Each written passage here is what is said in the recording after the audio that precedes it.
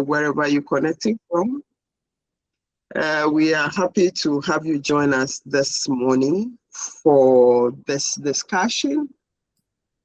Since our celebration of Africa Safer Internet Day 2026, there was a strong recommendation for us to make sure that parents as stakeholders in the digital age should also have capacity built, and their capacity building should take a format that will be engaging and interactive enough.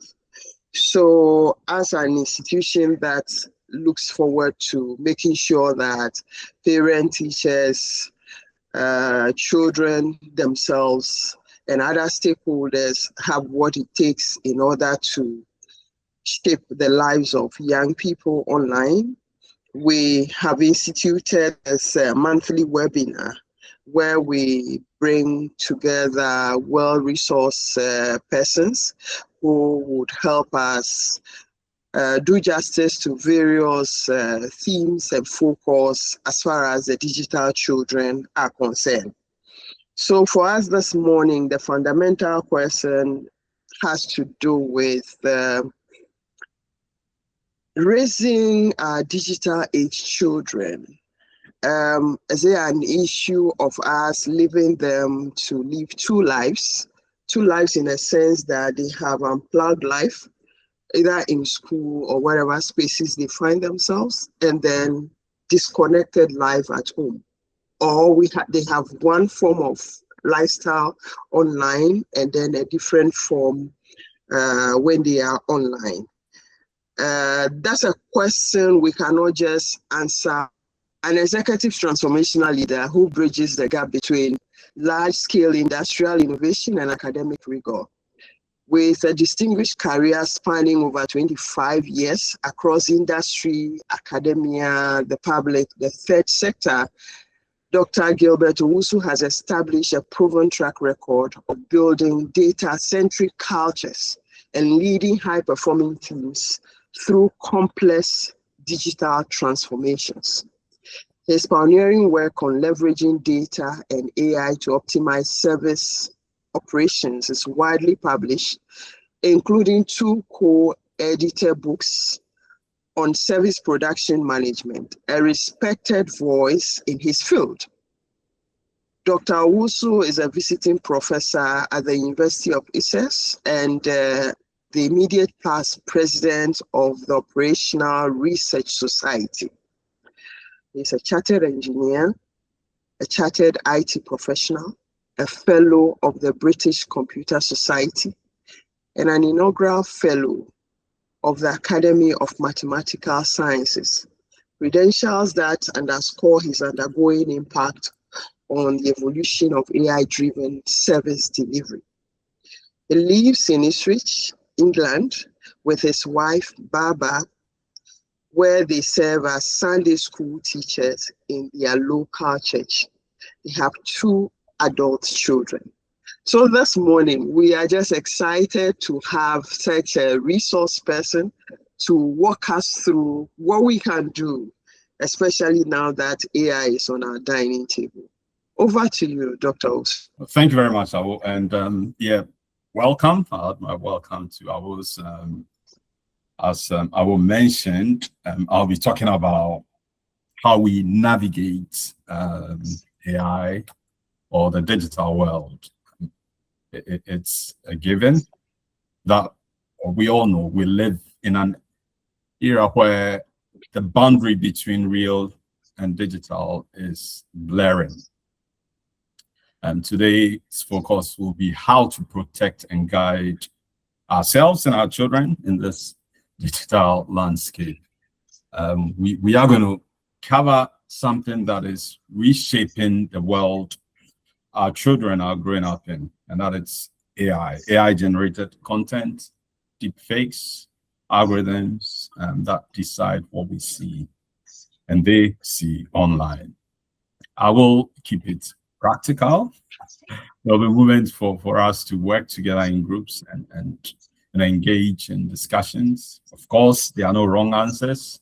And the point is making sure that we are aware and equipped to navigate the digital world. The first question is, have you ever picked up your phone feeling fine, but put it down an hour later, feeling anxious, drained, or unusually irritable after scrolling? Yes. I guess, yeah, most people would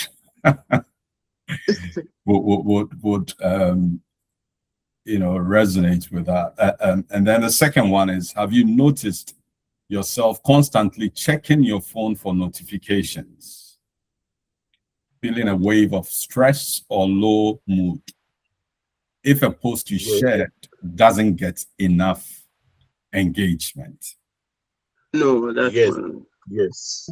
Okay. Okay. Okay. The third is, are you aware that AI apps can now take any regular, fully clothed picture of you from social media and instantly turn it into a realistic, fake, naked image used for blackmail? 100%. Okay, you are aware of that, Mr. Boniface. Yeah, that's good. Yes, yes, yes. Okay. Okay. And have you lost hours of sleep because a continuous video feed on your phone kept pushing content that felt impossible to look away from? Yes, I experienced that on TikTok some time back. Okay. And then the last one, have you found yourself choosing to interact with online platforms or social media feeds rather than talking to the family members or friends sitting in the same room with you? Read again the question. Have you found yourself choosing to interact with online platforms or social media feeds? Let me put it this way. Have you found yourself glued to your phone rather than talking to the family members or friends sitting in the same room as you? Yes. Yeah. Okay. The whole point of this, poll is to underscore the message that we have all been impacted, okay, by the digital world, social media, AI. This is not just a problem for our kids or the younger generation. Each one of us, okay, is impacting how we behave socially, okay, impacting how we show up. I mean, the first question talks about feeling irritable and all that. So yes, it's today's session. As much as we'll be discussing how to equip the young ones, it's also a message for us, because if we don't apply these principles to ourselves, we wouldn't be in a position to guide them. Okay, so yeah, just to get this across, these algorithms, which we'll be talking about, can successfully, and they are manipulating our minds, adult minds, attention spans, our emotions. Well, let's imagine what they are doing to our children's developing brains. So honestly, we cannot protect our families until we understand how we ourselves are being targeted. Okay, so just bear that in mind. So yeah, we sort of said this, there is a social epidemic. Okay, we've seen that. We'll be going through some of the fallouts in this session. And as I said earlier on, each and every one of us is affected. Especially, it is worse for our young ones. So we need to do something about this. Okay, just have a look at this video. Okay, maybe some of us have seen it, but I just want to bring to life the world that we live in. So please.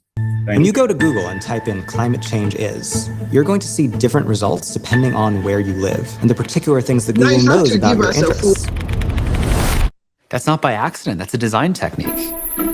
Is that everything they're doing online is being watched, is being tracked. Every single action you take is carefully monitored and recorded. A lot of people think Google's just a search box and Facebook's just a place to see what my friends are doing. What they don't realize is there's entire teams of engineers whose job is to use your psychology against you. I was the co-inventor of the Facebook like button. I was the president of Pinterest, Google, Twitter, Instagram. There were meaningful changes happening around the world because of these platforms. I think we were naive about the flip side of that coin. We get rewarded by hearts, likes, thumbs up, and we conflate that with value and we conflate it with truth. A whole generation is more anxious, more depressed. I always felt like fundamentally it was a force for good. I don't know if I feel that way anymore. Facebook discovered that they were able to affect real-world behavior and emotions without ever triggering the user's awareness. They are completely clueless. Fake news spreads 6 times faster than true news. We're being bombarded with rumors. If everyone's entitled to their own facts, there's really no need for people to come together. In fact, there's really no need for people to interact. We have less control over who we are and what we really believe. If you want to control the population of your country, there has never been a tool as effective as Facebook. We built these things and we have a responsibility to change it. The intention could be, how do we make the world better? If technology creates mass chaos, loneliness, more polarization, more election hacking, more inability to focus on the real issues, we're toast. This is checkmate on humanity.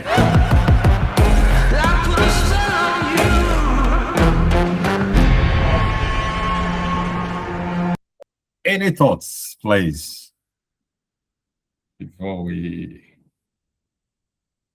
move on what you just saw? One or two people. I feel, sorry, courtesy, right? I can't even find my hand to raise. Okay, please go on. Yeah. I feel, I mean, those are facts. It looks like a whole generation and beyond are left to be anxious and depressed all the time. Because if I compare this with the poll questions we dealt with, clearly we are being bought. And so we've been programmed originally. And then we are now raising children who are also depressed. It's just a confused state of a sort that we've been subjected to. That's my take. Thank you very much. Any other comments? Well, it seemed to give the view that we're being manipulated, that people intentionally plan things for us, plan things that program our minds, I guess. Something I haven't really thought about. Great. Thanks, Baba. And we will be touching on some parallels as we go through this. But if I may ask the question, who is, or what demographic or group of people will be, let's pack children, okay? We sort of know that it will impact our children, but what comes to mind if you think about the impact, the fallout from all this? Who's going to be affected or impacted the most? The youth. Yep. The youth, yeah. But I would broaden it. Everyone, but in particular, those of us, let me say, in developing countries. Right. Okay. We will end up being negatively impacted the most. Why? Because, we have fewer resources to adapt to the changes that technology introduce. We do have, you know, in terms of combating misinformation, strengthening our digital literacy, we are way behind. So we are the ones who will be impacted the most if we don't do something about it. Okay, and I'm hoping that this session would encourage us to play our part in ensuring that as a continent, we live up to, you know, the expectations when it comes to leveraging technology for good. So that is what I wanted us to note as we go through this. Thank you. So we are meant to be in breakout groups, so we could do that. Yeah, let's do that quickly for 5 minutes, please. These are just to go through. Are we doing a 3 or 1?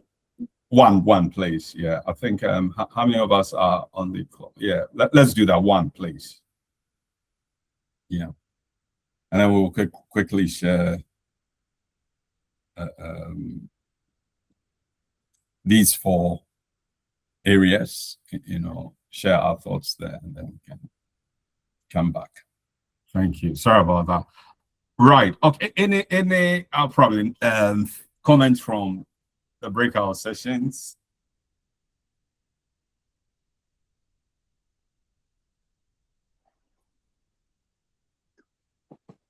I will ask.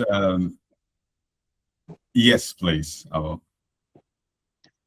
Yes. So in our group, we couldn't exhaust everything before the time ran out or before we were called back. So we were able to explore visibility, and which we did agree that we didn't know the number of apps on their phones. Then in terms of the boundaries, it's yes and no for those of us who have children in that category. Yes or no, because there are times when we get to see them before they retire to bed, then we have the phones. The rule applies. But when you go to bed before them, there's a high possibility of they sneaking the phone to the rooms. So in that case, there's no control. So you don't have the boundaries checked at that point. With regards to having conversation around safety, yes, we do. In fact, I did before they even had access to the phone. Okay. In terms of 3 trusted adults, I'm not sure they have 3. Because I've not explored that before, but at least 1 they have. Okay. Okay. Yes. Thank you very much. With our group. Thanks a lot. The other group, I think, yeah, Press Life Don't Mind. I nominate you. Yeah, it's similar. We let me see if I can recall everything. I didn't really take notes, but I was just answering questions. But it's the questions are on the screen. I was saying, well, we also went through same questions and the answers were almost the same. We don't, well, not many people spoke, but we did not know the apps on the children's phones. And with the 3 people to answer that, I have 2, my husband and I. We have not even thought about a 3rd person.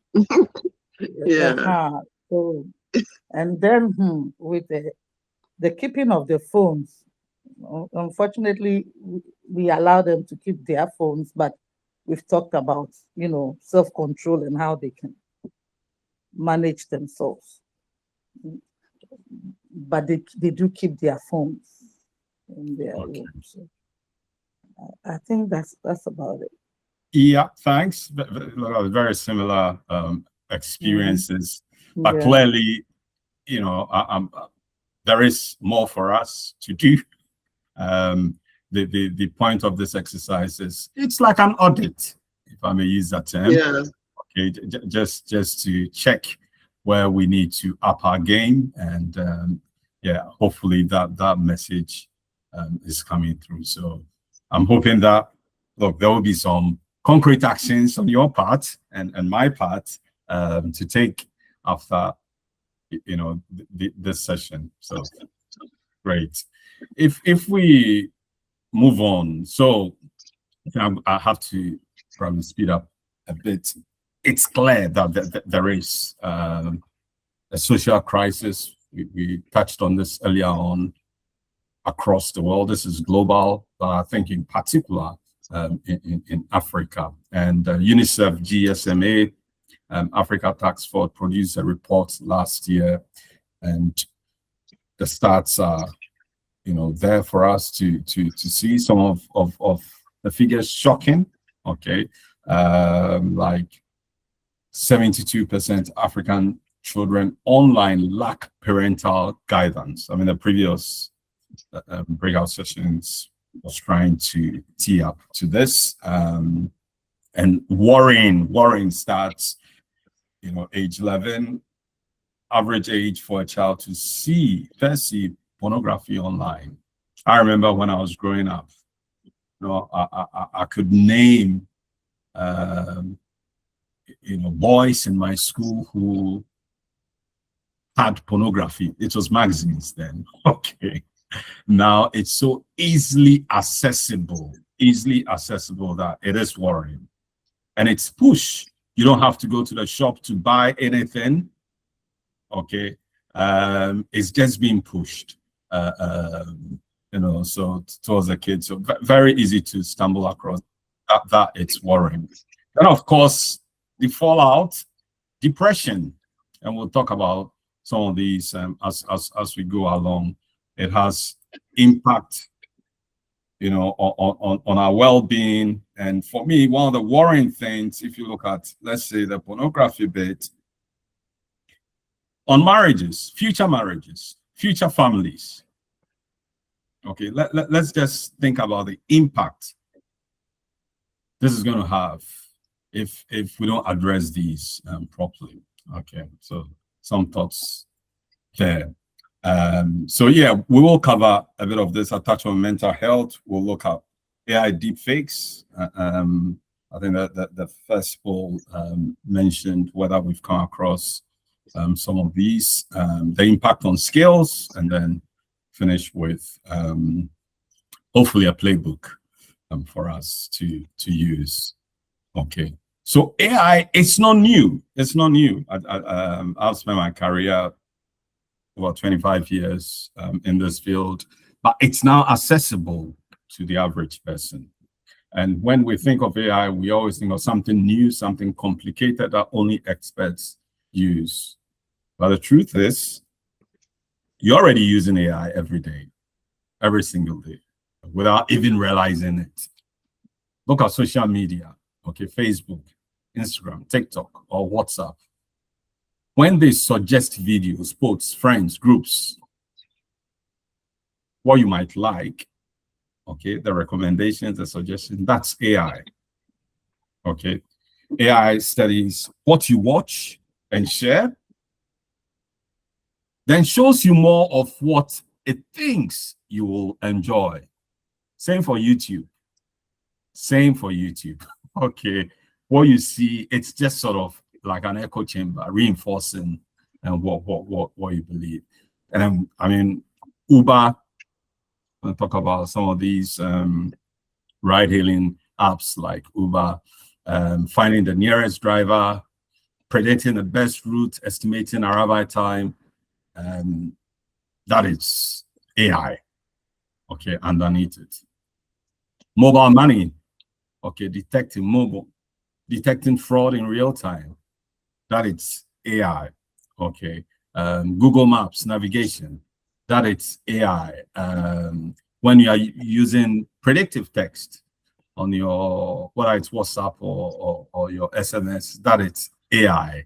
If you do online shopping, it is AI, okay, in terms of personalization, product recommendations, and so on. And then, of course, washing machines, they use an earlier form of AI to help decide how much water to use, how long to wash, and so on and so forth. So AI is doing good. Okay, we have been benefiting from that. But there are risks. The risks include deepfakes, AI-generated media used to deceive and manipulate people. Okay, we have misinformation, we have bias. Bias is such a key thing because most of the AI algorithms have been built using a view of the West, not even the West, but specifically American or Silicon Valley. Okay, and there is a lot of bias in there. And then, of course, impact on critical thinking. But one thing it's worth noting is that technology is not neutral. It's not good or bad, as we've talked about. The key thing to note is that it is designed, the form of AI that we use as consumers, designed for engagement. It's never designed for well-being. We saw that in the video earlier on. Never designed for well-being. It's designed for engagement. It's designed for profit. They target the adolescent brain, okay, and then attention, not just children, but are basically craving for our attention. That is what they are targeting. Okay, so I have this screen up. I'll just provide a bit of context and then ask you to answer the question I put there. Okay, so on the left, we have a burning, smoking cigarette, a lady, puffing up smoke. On the right is a glowing smartphone displayed in the pitch dark. What do these two have in common? Addiction. Absolutely, addiction. Okay, and also, neither was designed with your child's safety in mind.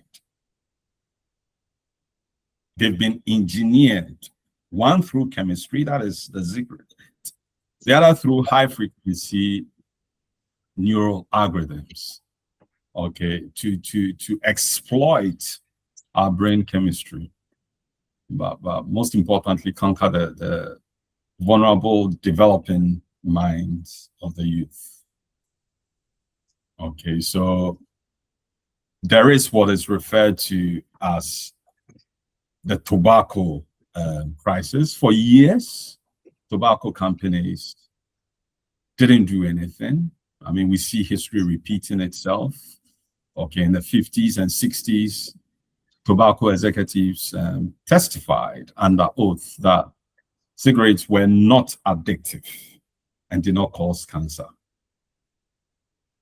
All their internal labs proved the exact opposite. Okay, fast forward a decade or two, they are being sued, and governments intervene, ban smoking. I mean, there's now e-vape and all those sort of things. Okay, and we are seeing the same thing happen with social media. Okay, just a few months ago, March this year, there was a massive legal case. Los Angeles jury in the States found Meta, they own Instagram, WhatsApp, so Meta and YouTube, negligent and liable in what is being deemed as a landmark legal case. Okay, KGM, that's the lady versus Meta. The trial actually exposed documents from Meta saying that they didn't care about safety. One document openly stated that if we want to win with teens, we must bring them in as twins. So this is all engineering, and we need to see the perils and treat it as such. So yeah, just calling out some of the things I mentioned. The tobacco industry, fully funded research, engineered to maximize nicotine hit. We see the same in tech, a lot of money going into research, though the researchers are calling out some of the fallout the company's executives don't want to hear. Or they, you know, I mentioned, you know, the case in taking the KGM versus Meta case, and there are lots of such cases as well going on. So let's watch out. For me, the concern is who is going to lead on representing the fallout in Africa. Who is going to lead on the fallout? Okay, we're seeing these cases happening in the West. But what are we doing in Africa? Okay. So, yeah, I mean, you know, it goes without saying this is impacting us in West Africa.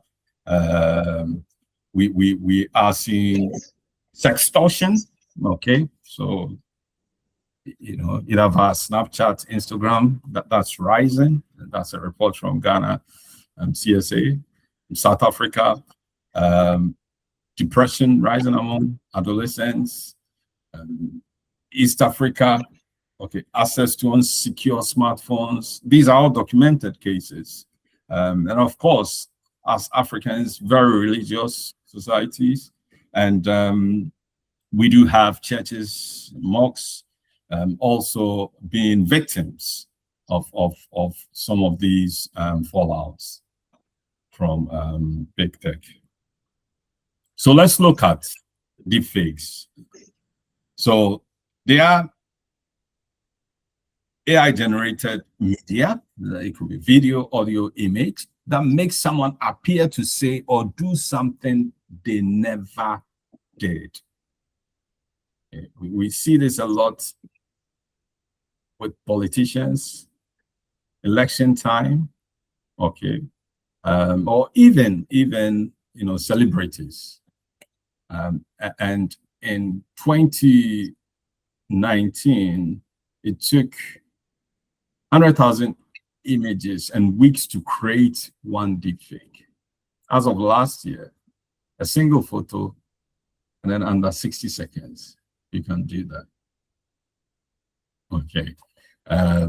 So you probably have seen some of these, either text impersonation, AI mimicking someone, you know, writing style and sending messages to deceive. Whether it's voice cloning, someone pretending to be using a parent's voice to pretend to be that parent, used to scam grandparents or children. The point of this is that it's so easy to generate these fake content and use it for malicious purposes. It's so easy these days, okay? And we need to be able to spot, well, equip our kids and also be able to do our due diligence as and when appropriate. I'll put this up just to highlight, I mentioned politicians, so this is a politician in the UK, a lawmaker, and you know, she was a victim of deepfake, and this was in particular XAI, you know, Max's AI tool. It was used to generate non-consensual sexualized images of her, and this including bikini photos, okay, and a video showing her being chloroformed and prepared for a sexual assault. Okay, so she filed a civil claim in the High Court against XAI. And of course, the good thing is alleging breaches of UK data protection law and misuse of private information. I think, when we start, this is a good starting point, I would say, for Africans, because it's not going to be easy, but that'll be a good starting point, as we are seeing in other parts of the world. Okay. As per the lawmakers, the UK lawmakers case, the biggest deepfake threat facing teenage girls is, nudification. The risk is that a single school photo can be nudified in seconds. So just think about the impact. Severe social stigma, blackmail, and long-term trauma. Okay. And the research shows that 98% of all deepfake online are non-consensual, sexually explicit content. Let's just look at this clip. As I am right now, I can take a photo like this and then someone can simply just remove it and sell a narrative that I'm naked. If a post on Twitter can get up to 3 million views, those are 3 million people believing that that is me. How does that make you feel, knowing that a lot of people have this notion about you? Very broken and defeated. They used some other girls' nude pictures and videos and edited my face in her videos. We do not have law enforcement that well understands these issues. It's never gonna go away. That's the thing. It's never gonna go away.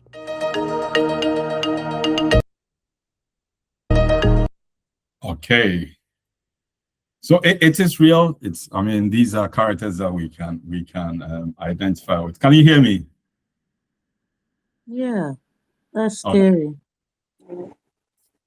Yeah, it's happening. It is happening. And I think girls stand to lose the most. Okay, and it's our duty to make sure that they are well and protected. Okay, just some, I mentioned some of these, but sextortion, that is using this to effectively get people to pay, blackmail. Okay, that is happening a lot. Girls at school, someone will say that, I have this video of you, if you don't give me money, I'm going to share it. Okay, it's happening, and it's an offense. Okay, in the UK, for example, in Spain a couple of years ago, boys were creating explicit images of their female classmates and circulating on school WhatsApp. Okay. So how do you spot a deep fake? The key message is that it doesn't feel natural. Okay, so these are things that we could let our kids know. Unnatural blinking, out of sync,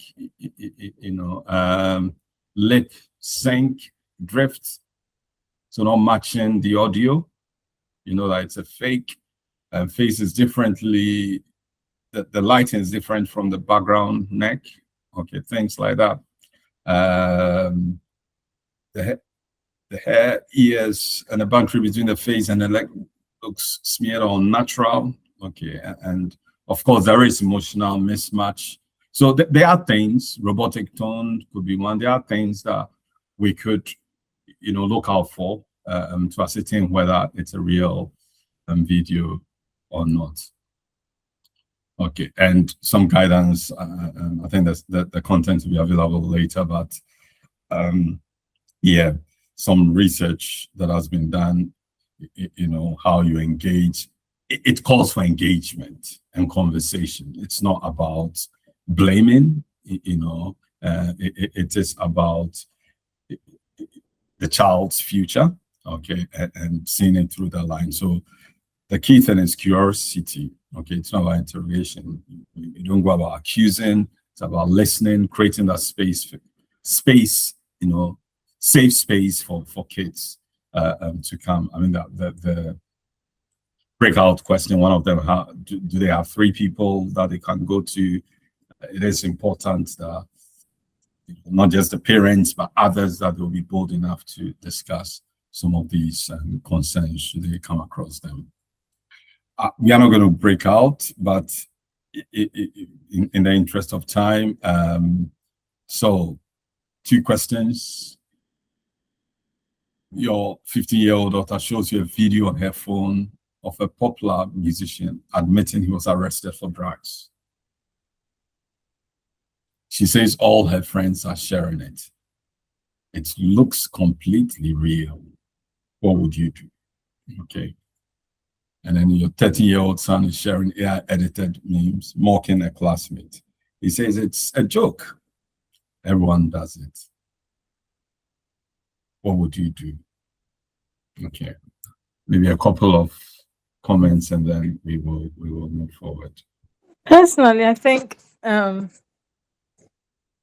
this day and age, we should be kind of a bit skeptical about the information we receive, and so we should talk to our children that the fact that you see somebody, especially a celebrity or one of your mates in a video, doing something doesn't necessarily mean it's a real person, and they should be aware of these scams. Thank you very much. That's good. Thank you, Baba. I will, please. Yes, I also feel same, but probably what I would do would be to seize the opportunity to discuss around technology facilitated gender-based violence. Okay. With them. The thing is, practically I have boys, so I'll replace the daughter with son. And opportunity to also educate them on the kind of content they should share and why they should not share the others. I think in a conversation 2 days ago, we're talking about teasing. You know, there's this traditional practice of us laughing at each other. And hitherto, it wasn't online. But the same practice, because it's innate, it's now online. So it has become an abuse of a sort. So you go and repeat the same thing somewhere, and the person goes to sue you. So those are the realities we need to be looking at as far as our growth and development is concerned with this generation. So I would do that, seize the opportunity to just talk about anything and everything abuse as far as the technology space is concerned, and see how best we can. Yeah, that's good. Thank you very much. I will thank you, Baba. Yes. Good. So, yeah, we mentioned impact on mental health. Okay. Yeah, this is just to highlight how these algorithms work. Okay. So, for example, your child watches a 30-second video. The AI algorithm records engagement signal, serves 3 similar but more extreme videos. Okay, you haven't asked for this, or the child hasn't asked for this. Okay, it's just push. It's pushing to him, and then of course, they go into a rabbit hole, dig deeper. Okay, and yeah, get hooked. So something worth for us to note here. And then, as I mentioned earlier on, it is a global mental health crisis. Constant pressure to keep up with feeds, often fake. Mental health is the silent casualty in all these. Okay. And I'll honestly like to underscore this point that algorithms are designed to exploit vulnerability for engagement. And the research shows that there is an increase in anxiety among African kids. So let's take, for example, body dysmorphia, or BDD as they call it. Okay, this is fueled by AI beauty filters. So it is known to be a mental health condition where a person spends a lot of time worrying about flaws in their appearance that are either very minor or not noticeable to other people. Okay. Just a word of caution. Social media doesn't cause BDD on its own, but it can act, if you will, like a gasoline on fire if someone is already vulnerable. BDD changes how people use social media, and social media can worsen BDD symptoms. So, for example, you have the comparison trap. I think we've seen this. You know, people take, or adult girls in particular, unfortunately, they seem to be at the receiving end of this, fixated on a body part, seeing hundreds of idealized versions of, you know, images that they perceive to be idealized. Let me put it that way. And this is daily reinforcing the belief that they are abnormal or defective. This happens on Instagram, TikTok, you know, forgetting that all these personalities have taken time to present themselves in a way, okay, that isn't the norm. And then we have, of course, you know, when we come to likes, comments, we touched on this earlier on. You know, they post a selfie to get reassurance, deleting photos that don't get enough likes, or obsessively checking who viewed your story. These are all symptoms, let me put it that way, or digital versions of BDD compulsions. Okay. So the impact is real, and we must have conversations with our young ones, okay, getting them to understand that they need to believe in themselves and, you know, compare and so on. Okay, I am going to show a quick clip. Let me do this. Just a second. Okay, and then... There was a little girl called Molly. Can't hear. While her parents watched her grow, I watched her behave. While her parents captured memories, I captured metadata. This is an AI-generated voice designed to mimic big tech for a new documentary about Molly Russell, a 14-year-old girl who took her own life in 2017 after struggling with depression, and an inquest found the negative effects of social media. As she was drawn deeper into darkness, I grew stronger.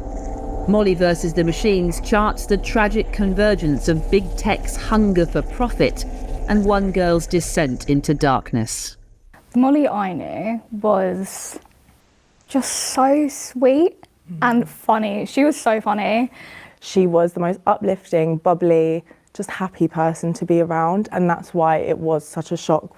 Nearly 10 years on, Molly's friends are speaking for the first time to us and in the documentary, which reconstructs Molly's inquest, showing the harmful content she was exposed to online, primarily on Meta's Instagram. And it was the first time we had seen, you know, some of the content, and also what happened that night And it was really, really shocking and hard to understand. And when you look up Meta's response, it feels so cold and heartless. Feeling yourself getting dumber and dumber is absolutely painful. Would that be allowed now? Yes, this strikes me as a post that could make people feel less alone and less shame or stigma for how they may be feeling or struggling with depression. Are you serious, Miss Legault? Certainly. Molly killed herself after saving this post. We saw Meta's response in the documentary, and it was largely to say that yes, some of the content was harmful, but some of it should actually stay online. The images that Molly was looking at, because it could have potentially been supportive for people like her. None of these big tech companies, none of the CEOs would go up to any 13, 14-year-old and hold up any of the posts that they're deeming as fine to be on their platform. It's crazy to make profit off of vulnerable people's mental health. That's not okay. Meta's boss, Mark Zuckerberg, has since declared that in the new world order, Instagram will remove less harmful content, not more. It means we're going to catch less bad stuff. And you're just so confident to say, you know what? We're just going to catch less bad stuff. It's fine. No, it's not. Our friend died. The inquest heard that Molly was bombarded with over 2,000 pieces of content about suicide, depression, self-harm in the last 6 months of her life, all pushed to her phone relentlessly via Meta's algorithms that tracked and predicted her every move and used the data to sell more ads, make more profits, but ultimately lead Molly towards her death. It is an addiction because, I mean, we've experienced this firsthand. We still have Instagram. We still use Instagram. But interestingly, one that you yourself admit to being addicted to. I think that's why I know it's an addiction. I'm aware of how bad it is and what it did to my best friend. My best friend is no longer here. Right. Okay. Let me go back to my screen. My best friend is no longer here. What do you think or make of that? This is a high-profile case in the UK, and yeah, really got the government to act and all that, and it's quite sad, you know, what happened. But my question is, what is happening in Africa? This is not unique to the UK. Okay, where are the voices? Any comment before? Any comment? Yes. Can you hear me? Yes, we can hear you. Yeah. Any Do I have the reflection? floor? Yes, please. Yeah. Yeah, for me, you asking the right question. This is UK, and it's this way. Imagine Africa where we don't have the Silicon Valley, where our laws are not deterrent enough to these platform owners, where anything and everything is pushed down our throat. I feel that it's a call for us to rethink the way we engage or collaborate. Because technology is evolving. Yes, we want to be part of the digital transformation, but it's not to say that we just imbibe everything hook, line, and sinker.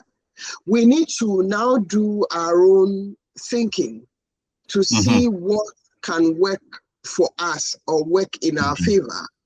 If we feel the agreement or the contract is not going to serve our interest, we should do something about it to reflect what our needs are. But even that, it's important we have standards. At the moment, it looks like we don't have standards. So everybody comes to share anything and then we just buy into it. And so we have that conscious self-sufficiency approach to doing things. I think that we'll forever be taken for a ride, and a lot is going to be done to harm us, because our continent is even a growing one, a young continent enough that has a lot of potentials, but those potentials will be corrupted by all manner of systems. So at the end of the day, we become liabilities to those people, and they take advantage of us. So I think this calls for serious, deep reflections on the approach to policy, the approach to programming, and even the approach to conceptualizing some of the way some of our educational curriculum is made, you know. I fully agree, and I think it's also one key thing is for us to question the belief that everything Western is good.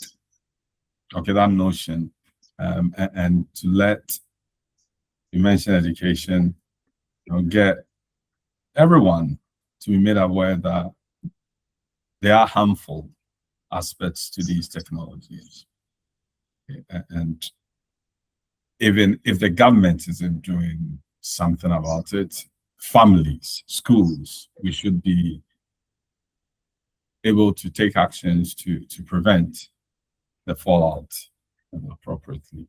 Yeah. So yeah, it's not just Molly's case. There are others. There is one in the States.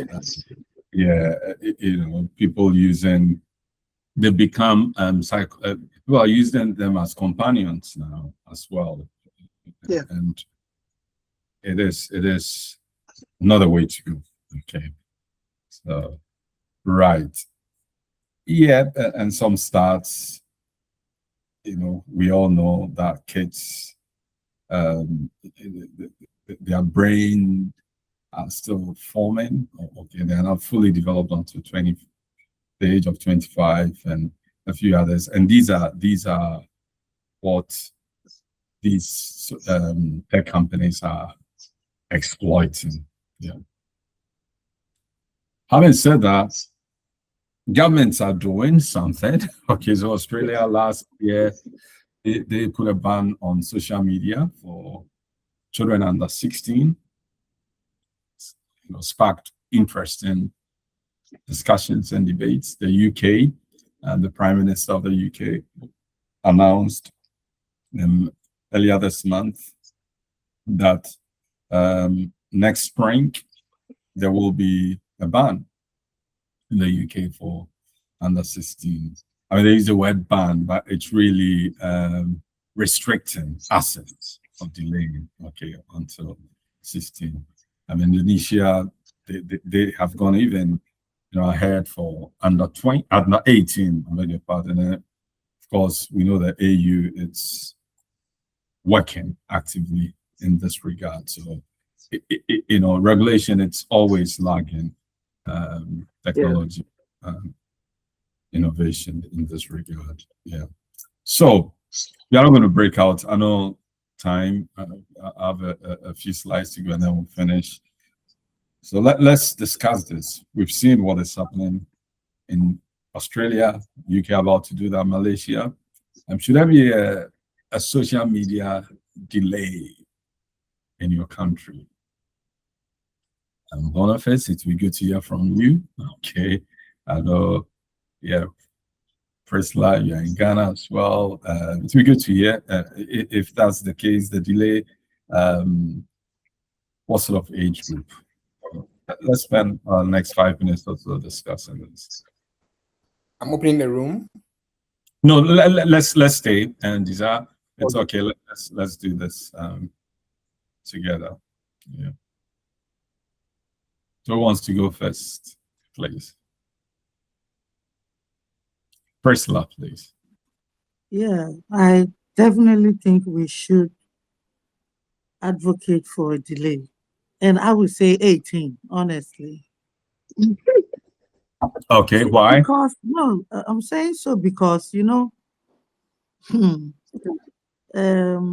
not to, how do I put it, not to belittle the way our children think, but in Africa, I don't know how to put this politically right, but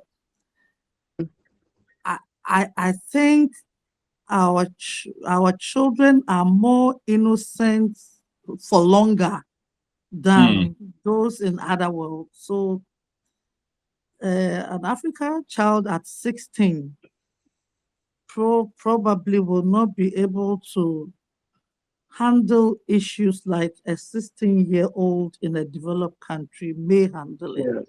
I don't know if I'm right, but that is what I see.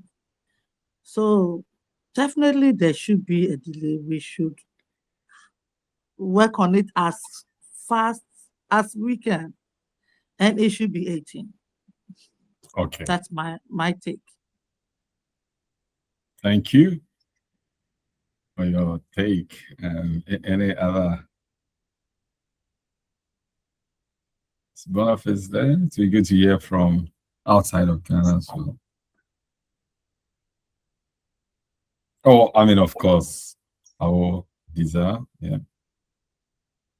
I think there is a. We do have, If you don't mind, I think when you share the previous comparison with tobacco and the social media, I feel that if we really saw the harm and the danger and the risk the way we see tobacco, we would treat it with the same severity that our parents used to parent us back in the day. Back in the day, they didn't take smoking lightly, and the parents were really on it. But I feel that the dangers with the social media addiction has not been well assimilated in our mindset, and so we kind of half and half. So yeah, I agree with Priscilla that I think the action should be taken and maybe even the age raised a bit more. Okay. Thank you, Baba. That's articulating the compare. I mean, we have something to look to, and that there is that tobacco. That's a good point. Yeah. And thank you very much. Any other reflection?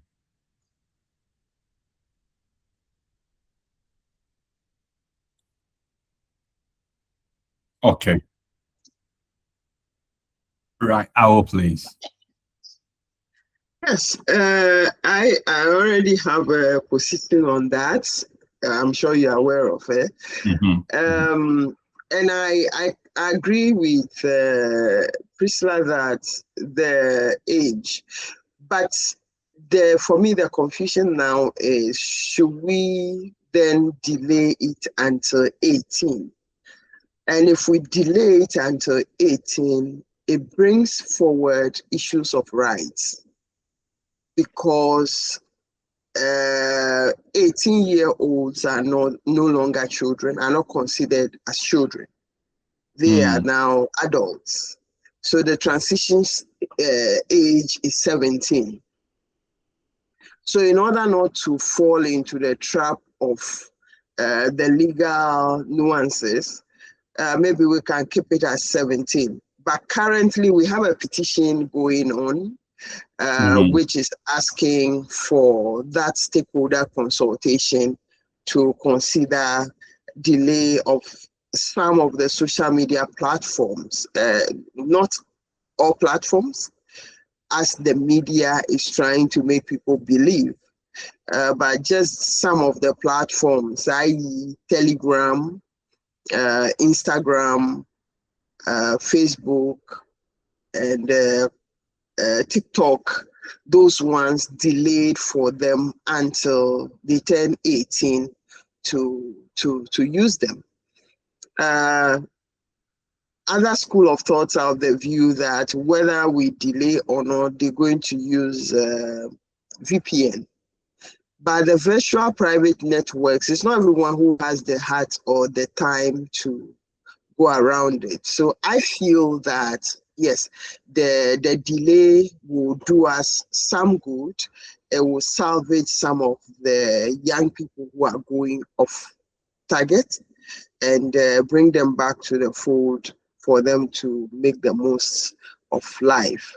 So yes, I kind of agree that it should start, and if it wouldn't be much of a headache, maybe 17 or 18, 16 or 17 would do. By the 18s will be spared because of rights issues. Thank you, Awo. I mean, yeah, what I would say is, of course, we cannot, I think I mentioned this earlier on, wait for government to step in. The question is, you are the government in your own household, or right. your sphere of influence. So what would you do? How would you implement this? I'll leave that thought there. Okay. How would you make this real in your sphere of influence? Great. Now skills. We talked about, of course, deepfakes. We talk about the impact on mental health. We're just looking at skills now, and we know if you don't use it, you lose it. Okay, and this impacts children, adults, everyone. So in Australia, unfortunately, some of the big companies there are in the news for losing their skills, if I may put it that way. Okay, so not doing their due diligence when it comes to producing reports that they've been commissioned, okay, to deliver. And we are seeing this. There was an article in India, leading newspaper just used ChatGPT to write an editorial piece, put it out there without any verification or due diligence. And within the article, you could see the text that comes after, when you use these chatbots. If you need any help, please, let me know. And they just copied and pasted. Okay. And the worrying thing is the lack of verification. So it's taken away. It's not just children, it's taken away. The thing is, parents don't use it, they will lose it, but kids don't even get to acquire these skills. Okay, so we just have to bear that in mind. Thinking about reading skills, attention. It's always said that this generation, they lack attention, but what is fueling that? Okay, it's all these short videos and clips and so on. Critical thinking skills, emotional skills. I mean, one of the disappointing things is you have young couples go to a restaurant and you see them both on their phones, as an example. Okay, and it's very common. It's very, very common. One of the questions earlier on was about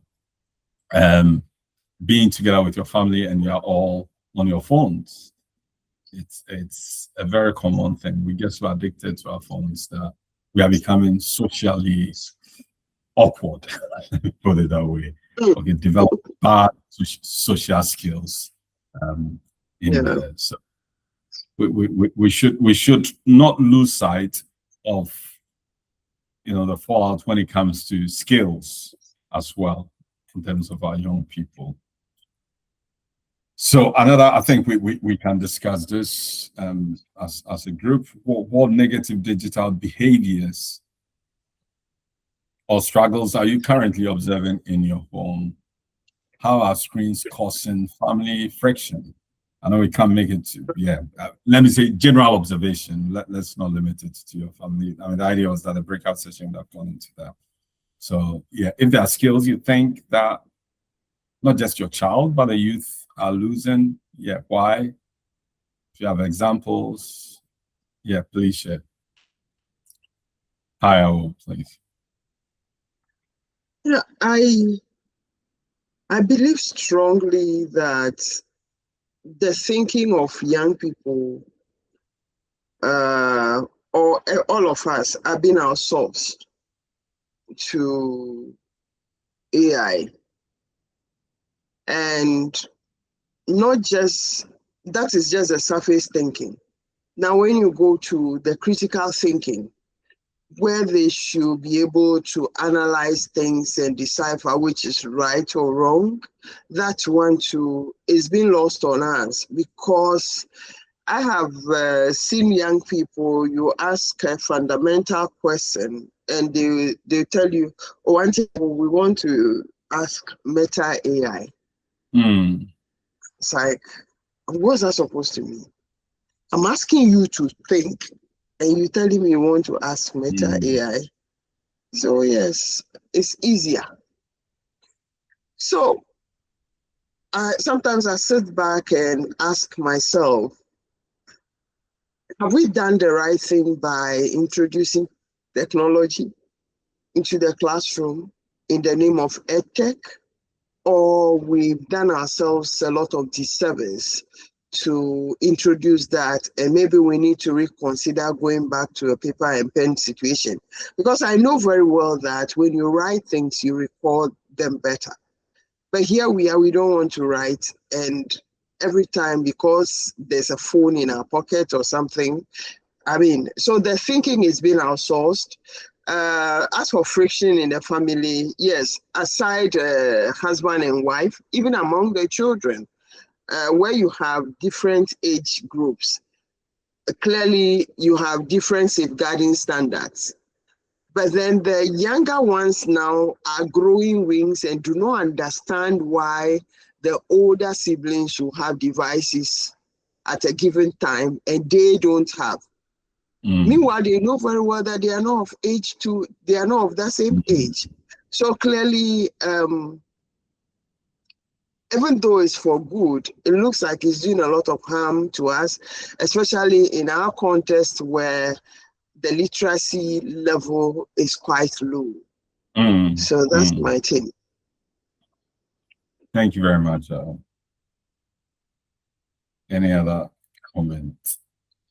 Well, I feel there'll be friction if parents or leaders always have to say, put away your phone, put away your phones. I think if we have better strategies to manage, it will help. So I guess I don't have a solution, just a comment. No, that's thank you very much. Yeah, this was just to get us to reflect on the negative effects that technology or AI or the social media is having on our skills, whether it's social or intellectual. And we have to be intentional. The key thing is intentional. Do something about that intentionally. Okay, else we'll slip. Great, thanks.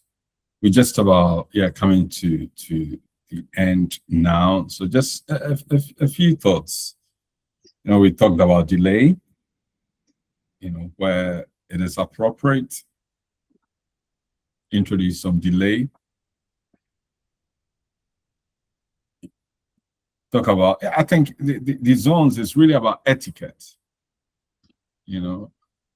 having the you could say that, the etiquette in terms of when to use and all those things. Dinner table or dinner time should be a no, and so on and so forth. This is new in our lives, and there has to be a way to behave with them.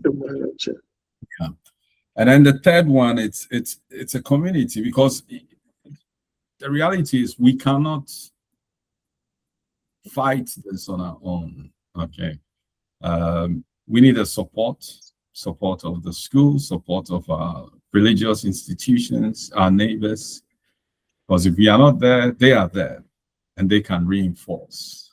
I remember growing up, and I believe it's for all of us, where whatever is being taught at home got reinforced outside of the home as well, at the school and the church and so on. So community is key, and we need to be part of a collective to help sustain whatever values that we are teaching. So yeah, just a few suggestions. We talked about the etiquette bit, a digital Sabbath, a day a week or whatever it is. Yeah, let's put our screens away, and there are monitoring tools as well. And I think for me, that sense of accountability is key. Okay, so yeah, I have a 23 and a 21-year-old. It's interesting. We can see they can see what I watch on my YouTube. Okay, I can see what you watch on their YouTube because we have a family one and so on. I remember, was it last year or thereabout, my wife and I were following a series on Netflix. We realized that we mentioned this to our daughter, and we realized that someone has watched the whole series way ahead of us. It wasn't us.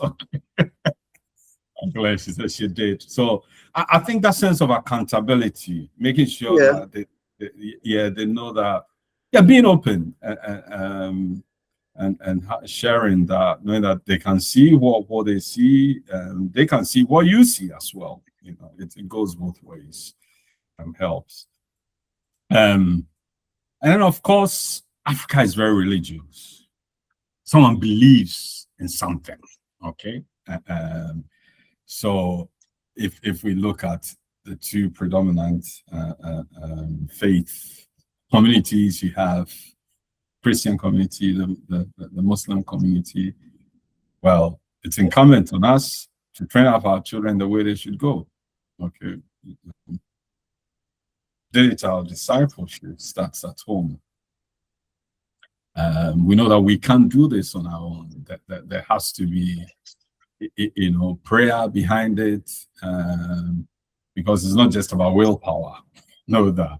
And so let's not forget, or let's make use of the spiritual angles that we have. And then, of course, within our church and schools, we can, if they don't already exist, we should be proactive in encouraging these discussions. So starting a digital parenting class, if it's not already in place at school, the youth should be clued up.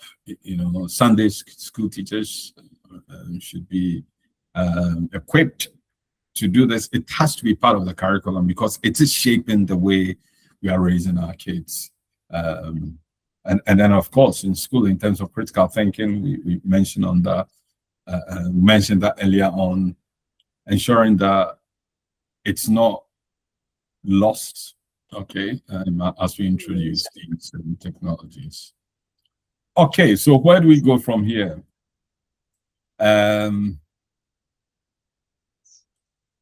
Yeah, I would, we can just reflect on this. Let's do this together. Yeah. Do you now see how AI algorithms actively shape what you and your family see, feel, believe online every day? Okay. Do you realize that relying on basic password locks or just trusting your family online is no longer enough to protect them from hidden AI gatekeepers? Do you feel more equipped to identify and talk about serious AI threats like notification and deepfake scams with those around you? Are you motivated to immediately change how devices are used in your home? Would you join a community or follow-up workshop to learn practical step-by-step tech settings to lock down your family's devices? So yes, where do we go from here? I'll open the floor. We are just about finishing, so I will please. Doc, in fact, thank you for this invaluable, thought-provoking, well-researched session. What is on my mind now has to do with chatbots. Okay. Now we are of the view that no matter what we do, these young people would resort to AI all the same. So the thinking of having a chatbot for children has now become the ish. And so organizations are building the bots in order to be responding to questions of children or parents. I was part of a consultation where the bot is being trained on the likely questions that children might ask. And there were questions that the bot was trained to say, no, I don't respond to these kind of questions. Get an adult to talk to and all of that. I want to know your take on that as someone who is dealing with work as far as AI is concerned. Do you think that's the best approach to adopt, or I don't know? Is this a general purpose bot, or is it a domain? Children's rights. Children's rights. Children's rights. Yeah. Okay, and what is motivating that, if I may ask? And so the thinking is that according to a research that was done by the organization, they said they realized the young people are going to ask, for instance, Meta AI, because it's on WhatsApp and it comes in so handy. So they're just asking that chatbot any question. And some of them are lured to now do inappropriate things and all. So they felt that if there's a dedicated chatbot for children, which parents can also use when the need arises in terms of understanding the rights of children, then it would serve a purpose. That was what informed it, yes. Yeah, but in terms of what I'm trying to get to is, in terms of the rights of children, so would that stop them from using the Meta AI on WhatsApp? In fact, that's the thinking that went into it, because according to them, the sample questions that were asked the children were like sample questions that children are likely to ask Meta AI were questions that were a bit uncomfortable for ordinary person. So, for instance, can I have sex with my sister? Such questions. So when they ask Meta AI, it doesn't give them the response that it's supposed to give, but rather says, oh, once you feel like having sex, you can have sex. Okay. This one is like they want a situation where because they are using AI companions and everything already, if this chatbot is trained to engage with them, it might now help. I don't know, but the whole thing, Doc, it's something. Yeah, it's an interesting one, because there are a number of levels. To look at this. So at the end of the day, let's say that you develop an AI companion. What we need to ask ourselves is,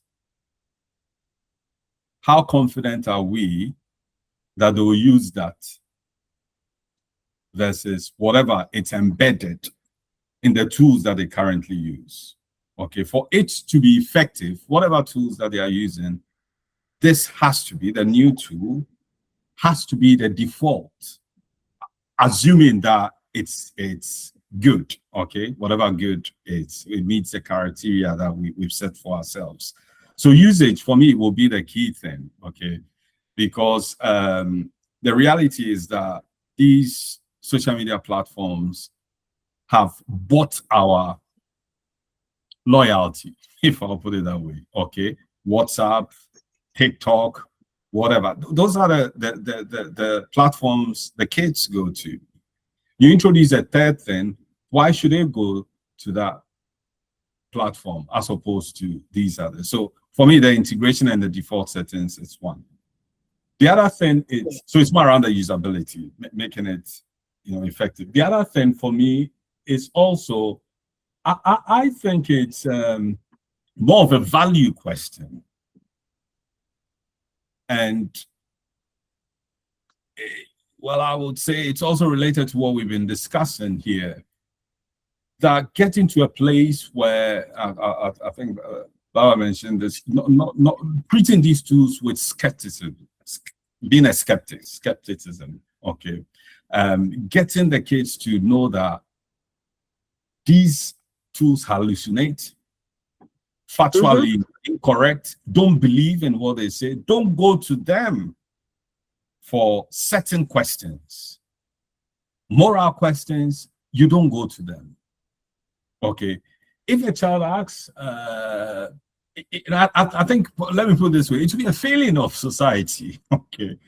If children go to these AI bots to ask about moral questions, if I may put it that way, because it will be playing back the morality of a society that is controlling the building of these platforms. And we don't want that. So I think getting our kids to understand that don't trust these capabilities. Of course, they are good when it comes to maybe doing a basic, even research. You need to be able to critique the output of these things. Yeah. So that would be my take. It's more building a society where people, we talk about critical thinking, where people can think for themselves, can question, where people can be, know the limits of these capabilities. They don't have feelings. Okay. We saw some of what happened, suicides being committed, and all those things. And our kids need to know this. And be safe to know who to go to if they have these questions. Yeah, that would be my take. I don't know whether the others please chime in with your thoughts and your views. Well, I think the difficult problem to solve is getting children to trust people again then, because if they trust in these chatbots and keep going to them, I guess a good chatbot, it could be a temporary solution, but I don't think that could be an equilibrium. And humans need humans. And so the idea of having trusted individuals means people need to be educated, people need to be equipped, grown-ups need to be equipped. I think advertising good things, promoting good things is where we need sponsorship to get people talking to people again. But you're right. People will always use technology now, but I guess that's not necessarily the destination we want. It doesn't really satisfy. By the time the child is asking the chatbot whether they want to have sex at what age, it probably means at home, at school, they haven't been given the chance to express their questions, not just being told. So maybe the parents would have told them what to do, but they haven't had the chance to express themselves back to the parents. I think that is the difficult place, the difficulty, and that's where we need to improve communications. Thank you. Thank you.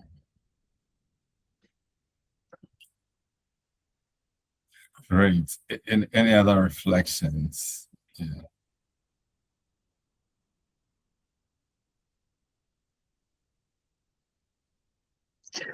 No, you know, this discussion or this learnings we've just undertaken. Mm-hmm. Most parents wish they could understand things this way in order to make informed decisions. Mm-hmm. But I also have a feeling that deliberately work schedules take them away, or the demand on the social aspect of life take them away from these fundamentals, because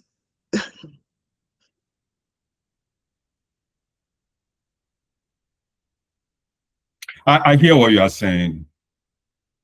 Life has become very complicated and sophisticated. Let me not say complicated, sophisticated. Okay. But there is a price to be paid. Right. Okay. There is a price to be paid, and everyone has to, if the future of your children matter or matters to you, something has to give. Okay. It's not every funeral that you should attend. Sorry to be a bit, in a Ghanaian context. Okay. It's not every party that you should attend. Well, there I say it's not every church meeting that you should attend. Sorry to be. So I think there is a price to be paid, and you know, I look, I'm a faith person, a Christian, and I see, until we see this as a responsibility, our God-given responsibility, we would place more value on other things. Okay. Let me just, you know, Abraham is the father of both the Judaism, Christianity, and you know, the Islam community. And the reason God chose him was that God said he knew that he would train his household. That was the only qualification. That was the only qualification God chose him, that he knew he would train his household. Okay. So training generations to come, it's a God-given mandate, no matter what, you know, persuasion you come from. And we need to take that seriously. Other things have to give. You know, we need to pay the price to get it done. So yes, to your point, this needs to be, of course, one, you know, most people don't know where to find this. So I get that. Okay, so maybe those of us who know have a role to evangelize, make it, you know, that's why we having this discussion. But yeah, it could go further. You know, look at churches, look at schools, look at mosques, whatever it is, and then make time. People have to commit to doing this, because it's the future. I worry. You know, I talk about families, talk about marriages. Fast forward 20 years, 30 years, what would marriages look like if our kids are being engineered, okay, or wrongly engineered, yeah, to behave in certain ways? And as we know, the family is a unit, so if it doesn't go well, then yeah, society is impacted. Well, I'll finish on this. Okay, it takes a village, you know, and we all know this. We can't do this on our own. Okay, so we need help. You know, now it is digital. Yeah, we are joining this session from the parts of the world and so on and so. Yeah. So yeah, the key one is, for me, is the children of Africa are watching. Who? The question is, who is watching over them? Great, thanks. Mr. John, you have the floor.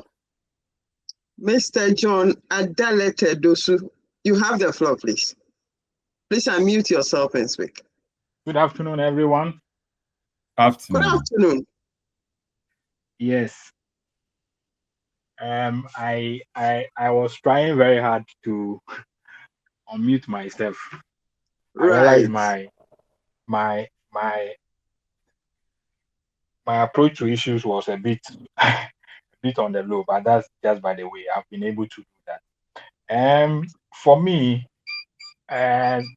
just recently I was having a conversation with a friend who is in the medical field, and per the conversation we're having, the speed at which the AI technology or the technology is moving, it looks like we are far behind the rate at which the technology is moving. That's one challenge. And we were just tossing the issues around it. For example, I remember vividly when the first cell phone came to Ghana, right? It was a very big handset. Then we moved from that to a bit smaller handset. Then we moved to the Nokia 3310. And when you track the rate at which we're moving in terms of the technology upgrade, and you compare it to what is happening now, you can see that in the next 5 to 10 years, I don't know what will happen, to be honest with you, because our lives have become to this so-called smartphone to the point that even turning on an ordinary switch, it become a technology. Just sit somewhere, just tell your switch to go off, and it will obey. And that is where my fear is, because, for example, I have children growing up. At a point, I deny them access to the so-called smart. But in the same vein, I realize that if I take them too off the gadget, they may be living in a world that they'll be lacking behind certain things. So what did I do? I gave them the freedom to now have answer. But every day, I still feel like I have to take it off them. And listening to all the discussion that was going on, actually, I'm double taxing. I'm doing a lot of things. I was following religiously. At the point, the call will come, I go off the chat and I come back. But at least I've gained a bit of info per all the discussion that went.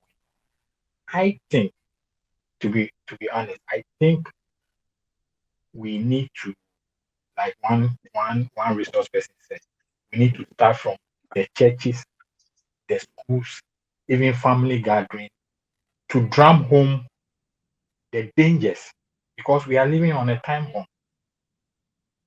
We are sitting on a time bomb. And the more I see how it is going, the more I get scared. Because I can try, I will keep them in-house. But at a point, I will let them go.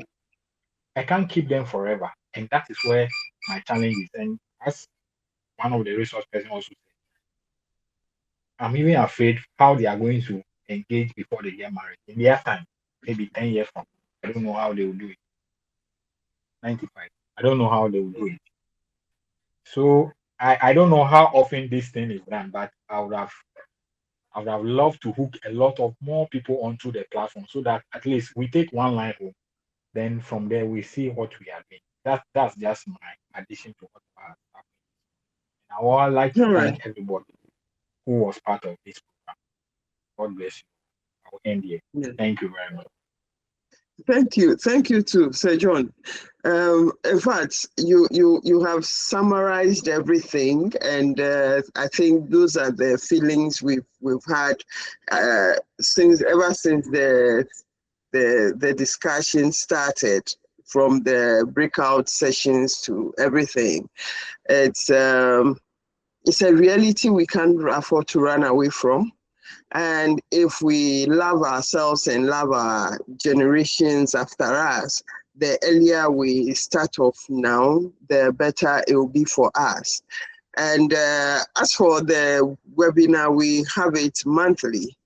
What I'll do is, because today we're expecting a lot of people because of the topic, and a lot of people express interest. However, I'm sure with this social functions in town, 27th of June, most of them might have been taken away by that. But we will do our best in order to upload this on the YouTube in good time and make sure we share it with people widely for them to listen. And behind the scenes, we would have our in-house discussion to see the availability of doc, so that if there could be a part 2 of this, we would organize that and have him take us through what can be done. And for me, if I have my way, we should even find a way of getting him down to Ghana.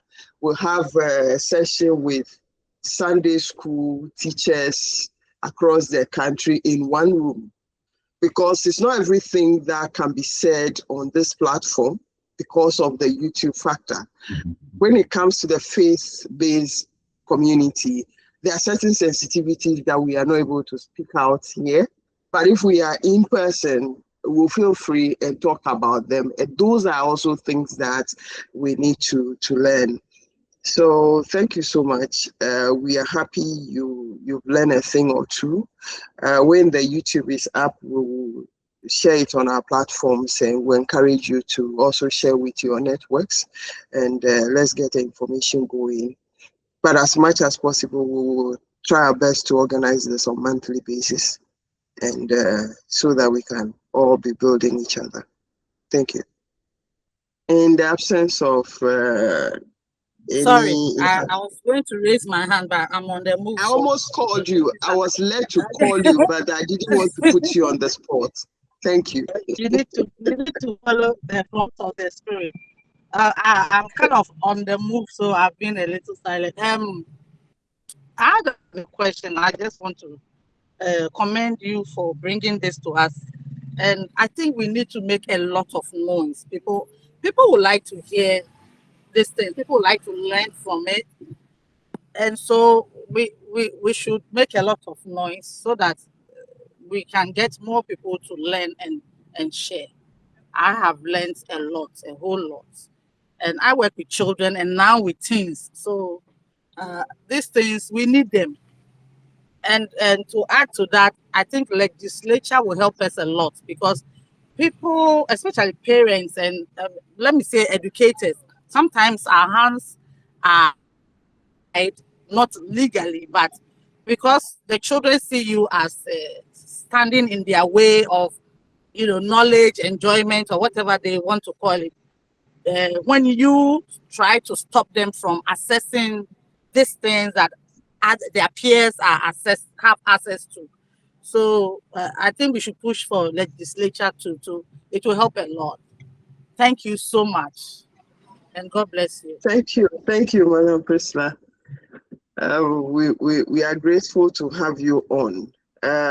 Until we see raising children in digital environment a godly mandate for which we are ready to pay the price, we will not do anything for our future. Posterity will question us on a lot of things.